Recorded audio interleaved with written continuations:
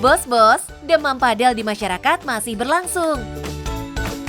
Bahkan, gak cuma orang dewasa yang main padel, anak-anak ikutan FOMO, pengen merasakan serunya olahraga ini. Dan Kids Smash jadi pelopor klub padel kids di Indonesia, yang artinya ambil peluang cuan paling awal, bos.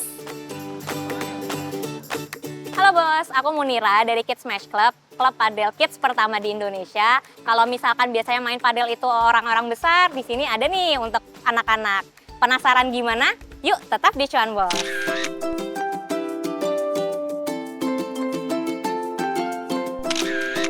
Bos, sejak booming awal tahun ini, padel jadi ladang baru buat para pencari cuan. Lapangan padel baru terus bermunculan, seiring bertambahnya orang yang ingin bermain padel. Cuan pun hadir dari penyewaan lapangan padel. Lalu, bisnis yang dibangun Munira pun hadir, yang sebelumnya luput dari perhatian sebagian orang. Jadi sebenarnya tuh aku tuh ngeliat di padel itu kan lagi banyak banget orang-orang udah mulai join ya, lagi bener-bener hype banget nih yang namanya padel di Indonesia. Nah, aku tuh ngeliat ada celah. Jadi kan karena terbiasa yang main padel itu orang besar dan bahkan orang tua yang dulunya main tenis itu udah mulai beralih juga ke padel. Cuman ternyata belum ada nih anak-anak yang main padel. Nah, di sini aku dan kakakku sebenarnya penasaran kira-kira anak-anak main padel tuh gimana sih, ada interest atau enggak? Awal mulanya tuh seperti itu. Dari padel yang hype dan disukai orang dewasa, Munira melihat belum ada yang melirik marketnya untuk anak-anak. Padahal sebagai cabang olahraga, padel cocok dimainkan anak-anak.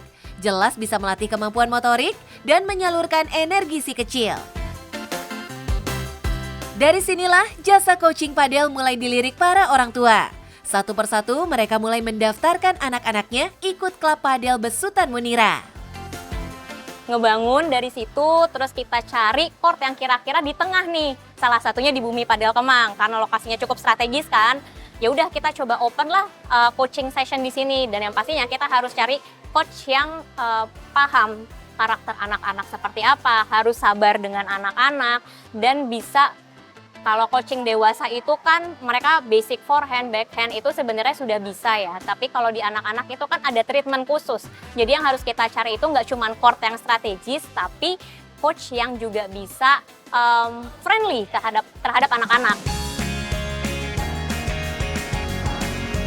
Tuh bos, Munira paham banget. Berhadapan dengan anak-anak jelas butuh treatment khusus.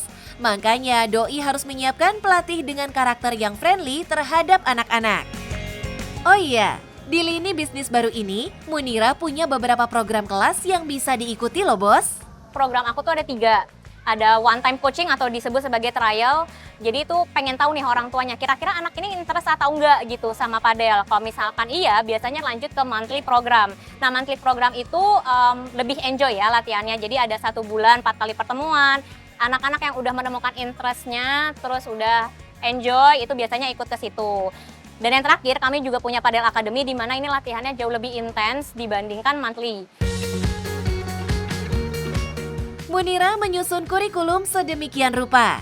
Anak-anak diajari dari teknik dasar, belajar menangkap bola, koordinasi tangan kaki, sampai siap naik ke latihan raket.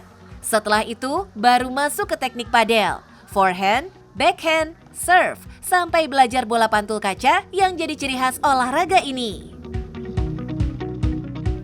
Yang diajarin di Kids Smash tuh macam-macam ya. Kita pasti akan dari basic forehand, backhand. Terus kalau misalkan sekiranya dari basic itu udah mulai oke, serve juga udah oke, biasanya kita mulai ke latihan back wall. Biasanya kan kalau di padel tuh ada tuh yang bola kena kaca ya, terus mantul itu gimana caranya, itu juga diajarin gitu. Jadi sebenarnya apa yang diajarin di dewasa dan di anak-anak itu sama, cuman beda treatment aja. Munira juga membagi program pelatihan padel dengan beberapa kategori umur bos. Ini biar tepat sasaran sesuai kemampuan si anak. Kami mulai dari 3,5 tahun. Jadi kita ada beberapa kategori, ada 3,5 tahun sampai 6 tahun, itu disebutnya mini padel. Lalu ada 7 sampai 9 tahun kami sebutnya fun paddlers.